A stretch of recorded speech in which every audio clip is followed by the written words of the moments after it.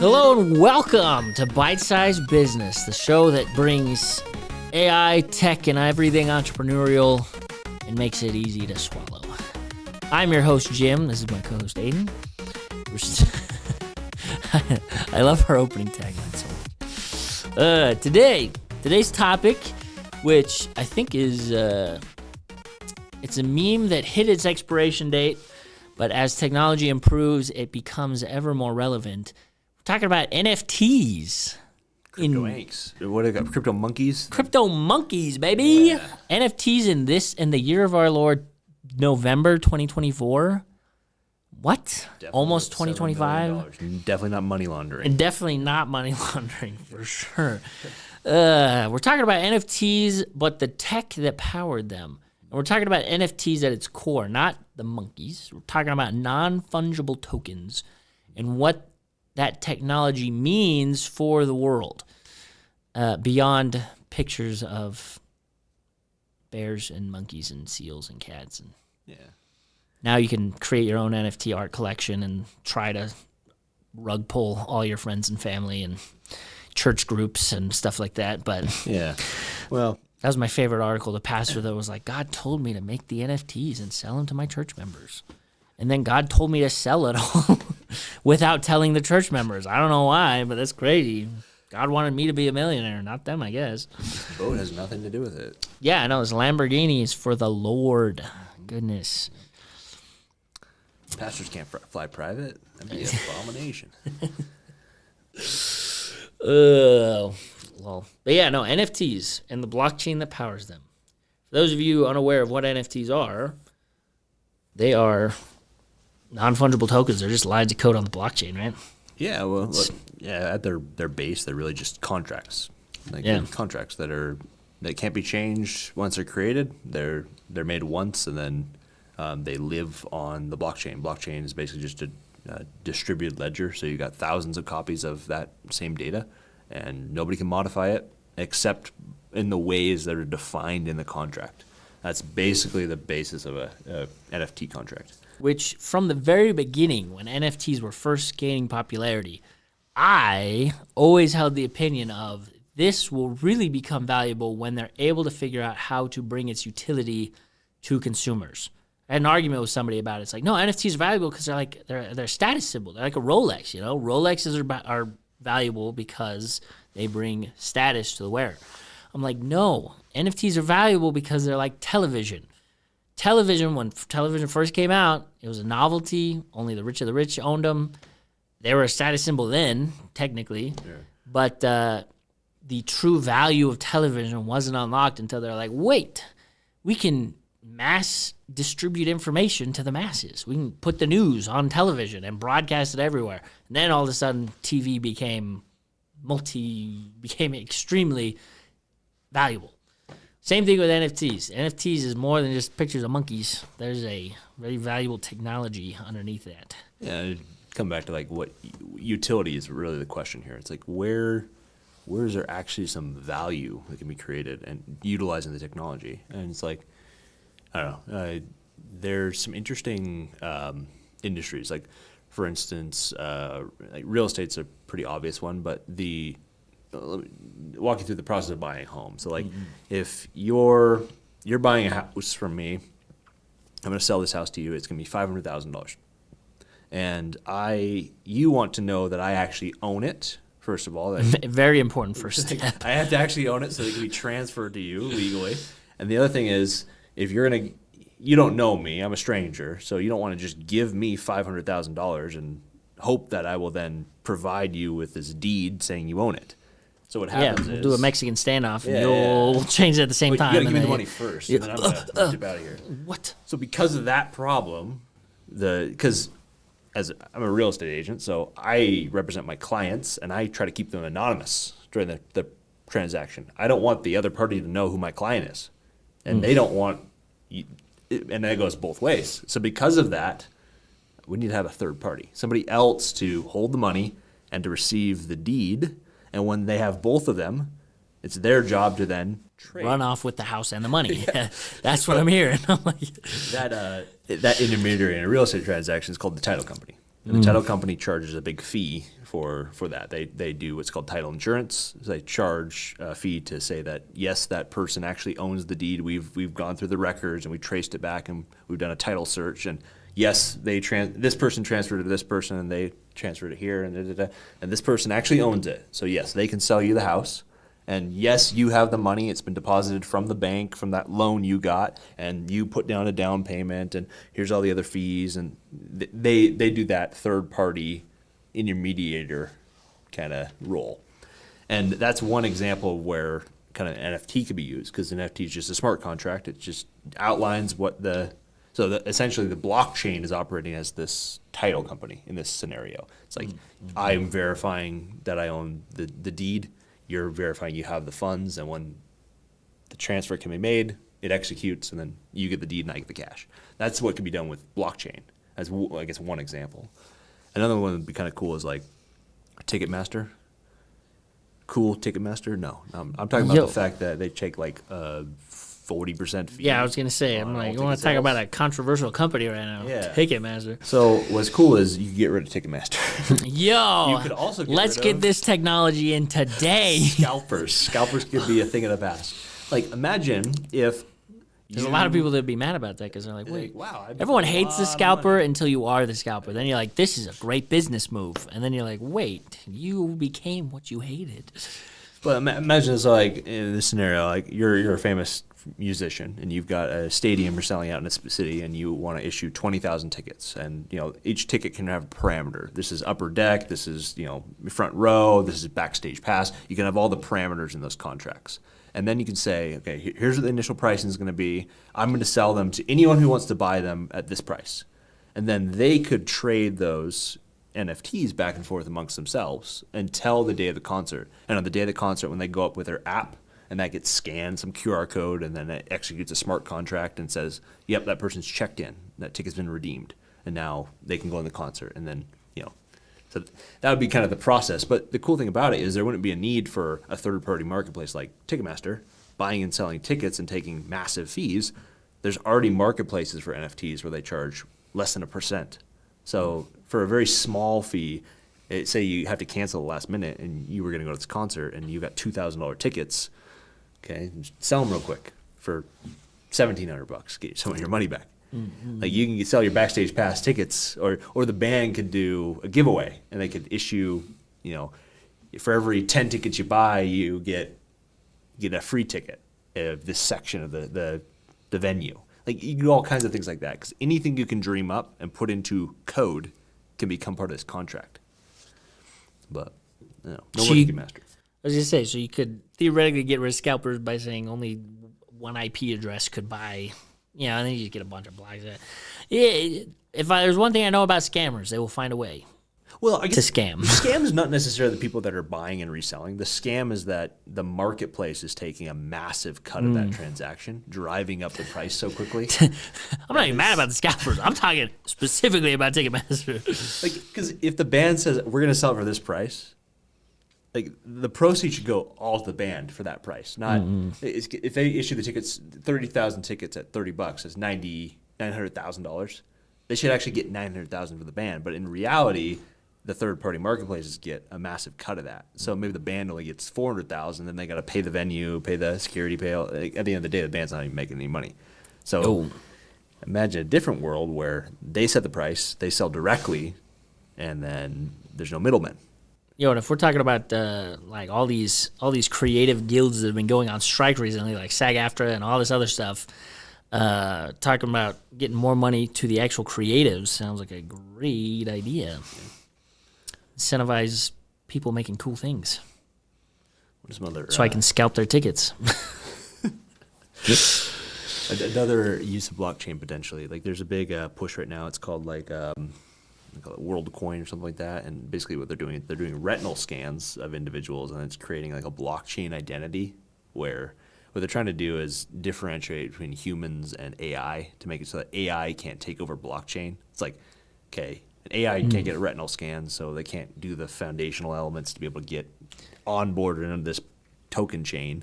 So it's like if we can verify that you're actually a human, then you can participate in this ecosystem.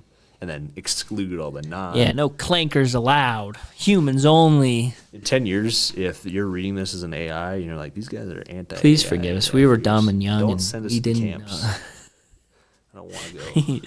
We actually love AI. That's our whole podcast is based on AI. We're just it's just for clickbait. Don't worry. Worst case though, can I at least get like a top bunk in the like the harvesting chambers from the Matrix, where like I don't want to be like, Can I get the nice goo that my body is placed in? Can I get an first upper round seat? goo. Yeah, in the VR. Can I get the upper seat in the simulation of the world?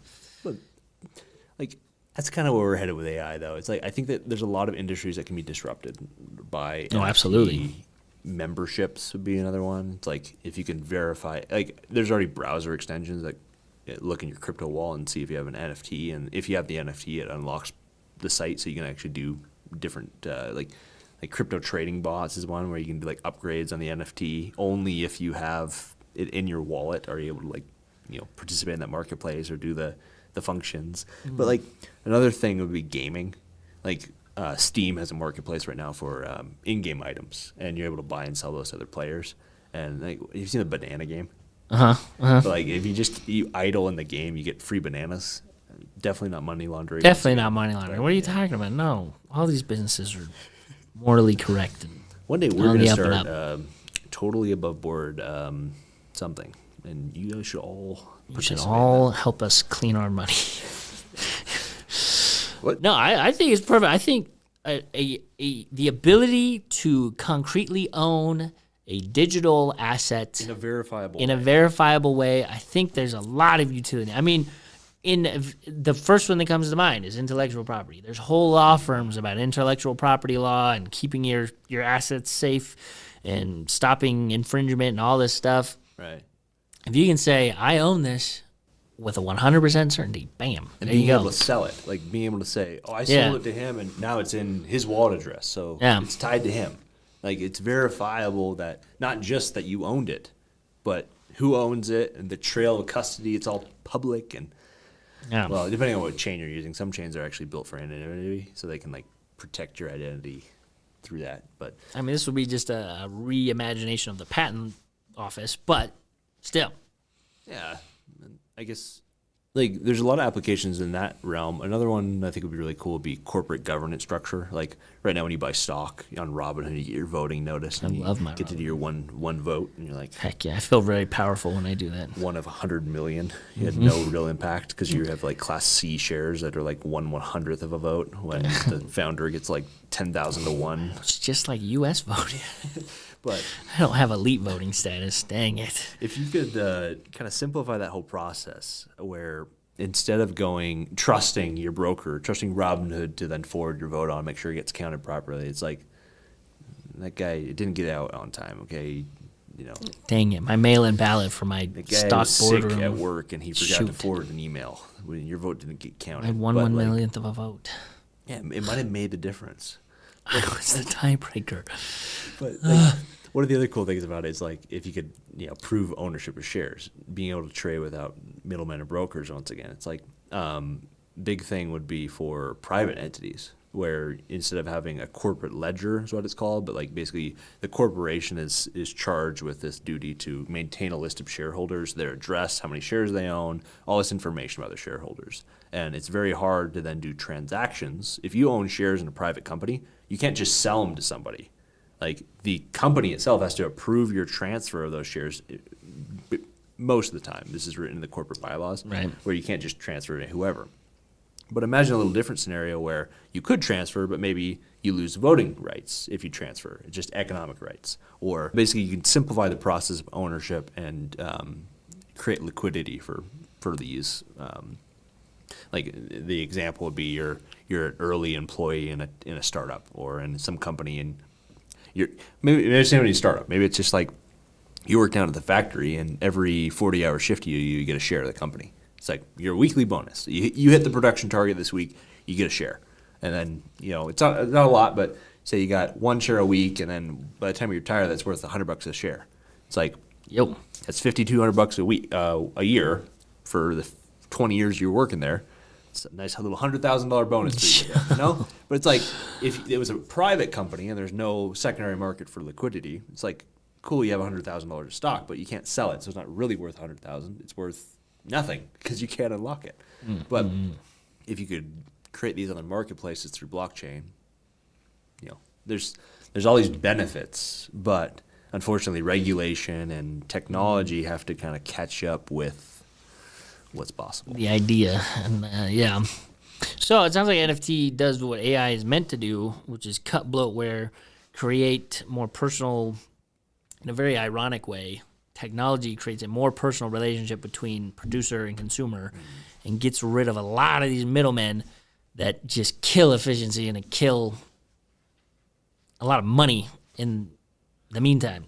The other, like, I was reading this today, but they're talking about how the first revolution kind of was just technology for technology's sake. Like, technology changed a lot of industries, but today AI is eating technology. That was their statement. They're saying, like, technology has become so commonplace that it's not just about having technology; it's about having the technology. Instead of we're relying on like one-off implementations of a solution to a problem, it's like, are you the best solution, or are you the one that integrates with the most other technology? Internet of Things? What? Kind of like the web, right? You got to be able to send your data from here to there. And like, it's like if you can create interoperable pieces, these NFTs that can then communicate and do other things. It's like one of the cool applications would be voting. I was talking about this with a guy the other day. We know him from the group here at the Entrepreneurship Center, and Yeah, you see, Entrepreneurial Center. East Idaho. Not Or sponsored. just Idaho Entrepreneurial Center. Yeah, not sponsored. So we're going to bleep that out unless you pay us. But we were talking about, like, voter fraud and voter identity. It's like if you could work at a blockchain system where, like, tax refunds and taxes were paid on blockchain, and you could get an instant refund, or another scenario would be like voting, where if you could verify that everyone only has one vote but keep it anonymous. The way they voted is anonymous, but the fact that they voted or not is public. So you could say there's 2 million registered voters and 1.5 million of them voted, and here's the aggregate totals that we know instantly because it's on blockchain and we can all see it. But at the same time, we don't know that you voted this way or the other. We just know that you voted, and we can verify it. That's kind of the one powerful aspect of it. It's like you're assigned at birth a social security number, a wallet address. Which some people say, I mean, the way you're describing that makes me be like, 1984, baby, got big brother. But it's not one controlling entity. It's a centralized, decentralized operation, Yeah, maybe it's tied to your DNA code or something, or whatever. I has to take a drop of my blood to. Definitely no scenario like where it's the Dark Knight Rises or whatever, like steal his fingerprints and like wash trade all his funds away. Like basically they did all these transactions where he was intentionally losing money till it was all gone. It was like the opening scene of that Dark Knight Rises where he loses it all with the Wall Street robbery. I gotta rewatch all my Batman movies. But unfortunately, there's some quirks we gotta still work out. But if we could create a system where everyone gets, identity can be figured out as an element of kind of computer systems, and this is already something we're working towards. It's like you got your Gmail and you got your I was like, single sign on. You take away my Gmail, frick, dude, I'm in trouble. Which, I mean, just because there's problems with an idea does not mean it's not worth pursuing, right? I mean, there's so many critics of so many good ideas that they're like, man, this would never work. They're dumb to even try it. And then 10 years later, they're like, this is the most innovative idea in 10 years. Anyone that was a critic of this is an idiot. And then it's like, no, there you go. At the time, it looked like a really dumb idea. But, who knew those pictures of monkeys would change the world? Bring AI into the public eye. That's the most unfortunate thing. It's like, unfortunately, that was the technology. It's a marketers ruin everything is the tagline. But like the least productive, the least like maximum value extraction for no value creation is like kind of where the. That's where I live, baby. Yeah. Yes, sir. Actually, they are the first to implement stuff. It's like the smugglers, the thieves. Well, I mean, in a wholesome way, YouTube started out as a dating site and then became YouTube.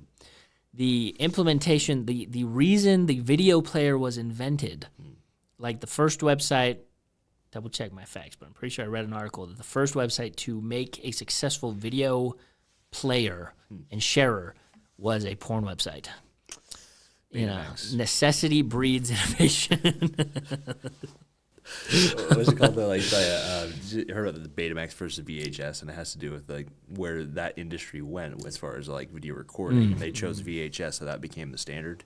But Betamax is the superior technology. It's cheaper. It's like all these different things. But it's like because of mass market adoption, we had VHS. And that's the fundamental problem of the internet. That's why we have internet monkeys as the first NFTs, not something useful. Not something that provides any value, the technology became a joke because of it. But man, the technology is so cool when you take a minute to just learn what it is. Like how people try to discredit technologies that are a threat to their industries. Like, I mean, how threatening is blockchain to credit card processors who are taking a 3% fee when blockchain can settle? Like, if you swipe your credit card right now at my store, you're going to pay 30-cent transaction fee plus 2.5% of the transaction amount. If you're buying a $5 item from me, you're costing me like 60 cents. Well, 2.5, so 12.5 cents plus 30, so like 42 cents of that $5 transaction. Almost 10% of that transaction is going to a credit card processor. Yep. If I do the same transaction on blockchain, on one of these side chains of Ethereum, a quarter of a cent. Like a small fraction of what I'd be paying. It's like you can still get cash back if there's a smart contract that allowed for cash back. Like if there's a different wallet medium or whatever. So it's like the same technology has been implemented on using these new technologies, but instead those companies need to protect their moat.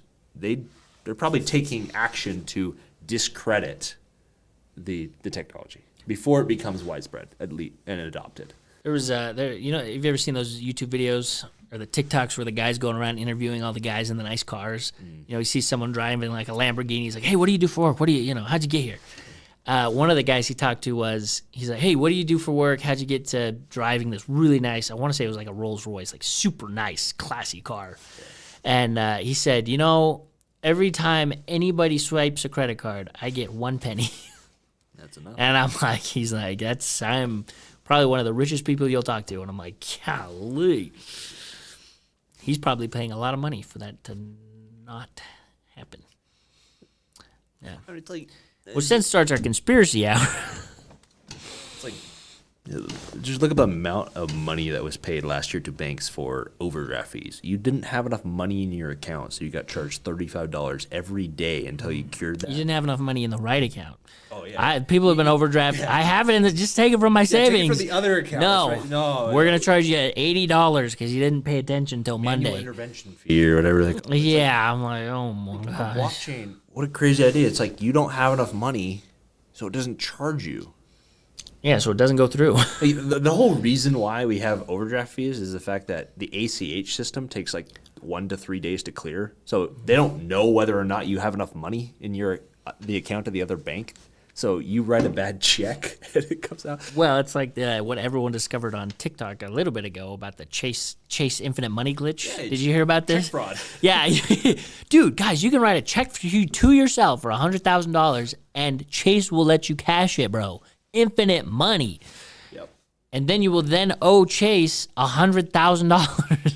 Because, that's not an infinite money glitch. Yeah, which I feel so bad, man. There's so many poor, uneducated people that were taken advantage of. It just got bad information. We were talking about that in another podcast about like the need for utopias. They're always founded by the intellectuals. That doesn't last because at the end of the day, it's like, who's gonna farm the potatoes, brother?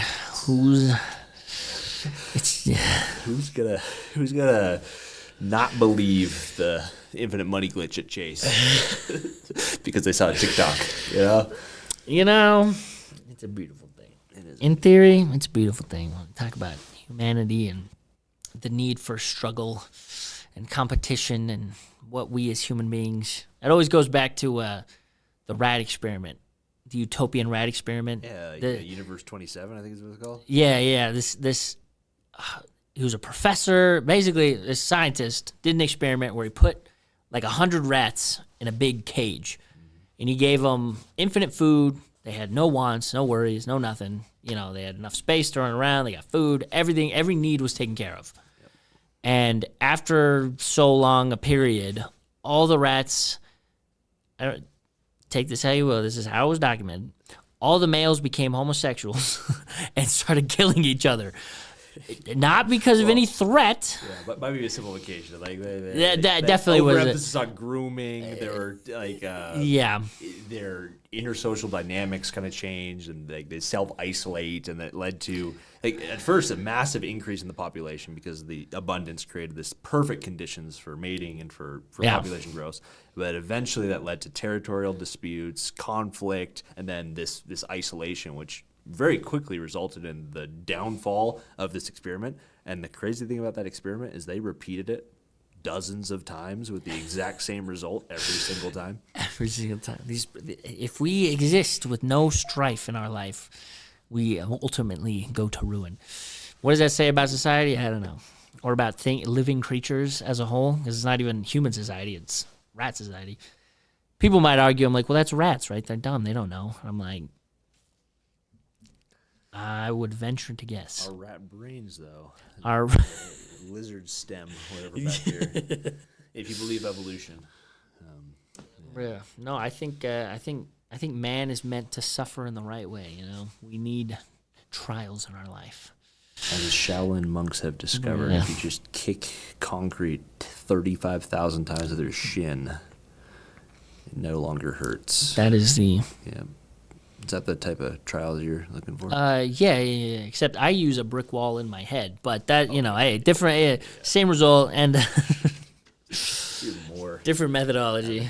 There. You never get a headache again. It's a self-lobotomy. Yeah. Oh, that's another episode. We were talking about how lobotomies came about. That was fun. Yeah, that was very graphic. Yeah. And how recently in our history that was a thing. Mm-hmm. You just stick a straw up there and kind of wiggle it around until the problems go away. Like Q-tips are so dangerous. Big Q-tips have been lied to us. Big Q-tip. Wait a second. I'm not supposed to put this in my ear? Why is it perfectly ear-shaped? Wow. And why does it feel so good when I scratch in my brain? You're not supposed to like insert it into your ear. It's like, what are you supposed to use it for? Why am I buying 5,000 of them in a container then? What the heck? Why does Costco have to put a recall notice out for butter because they didn't label it had milk in it? Like that is lowest common denominator. If you don't know, butter is a byproduct of dairy.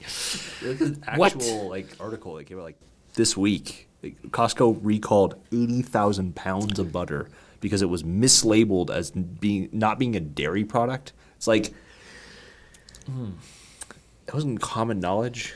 There's if you ever wonder why there's a warning label on something, like bleach, it was put there for a reason. Yeah. Somebody did something that made that a good idea to put that label on there. Like there was a guy, one of a very famous case is lawnmowers have the please don't put your fingers where the blades go, because somebody used their push mower. He lifted it up and was trying to use it as a hedge trimmer by holding the chassis of the push mower. You gotta really get that thing spinning to cut. Yeah, which, as you know, that's where the blade is. So he put his fingers in there, he chopped all his fingers off, and then he won the lawsuit because it didn't say not to put his fingers in there. So apparently, the McDonald's hot coffee one though is a victim. So we can't. That one is. We can't bring up that. That one's not specific. That lawnmower guy though. Apple pies, man. Why are they 300 degrees? Yo. McDonald's was the first to achieve fusion. Yo, we've had micronuclear reactors this whole time. We just used them to cook apple pies at the McDonald's. What are you talking about? Nothing beats that fresh flavor though. Yeah. Golly. NFTs. More than the monkey. No, this has been Bite Size Business. The show that makes everything business, technology, and entrepreneurial easy to swallow. I've been your host. It's been a pleasure Check out these videos that are appearing around us if you're watching us on YouTube, or hit the next button if you're listening on any of your podcast sites. And if you've got ideas for questions for other episodes, just drop them down below in the comments, because we either want you to be entertained or to learn something. Yes. Yeah. We want to make a reaction. Not positive or negative. What? We just want you to feel something, whether it be happiness or rage. All emotions are valid. All emotions. We do read every comment, also. Every comment and every email. We might not respond to every single one of them, but they will make me cry. Rage bait comments. Yes, 100%. Yes, yeah. That's all the greats do. So, just following suit. See ya.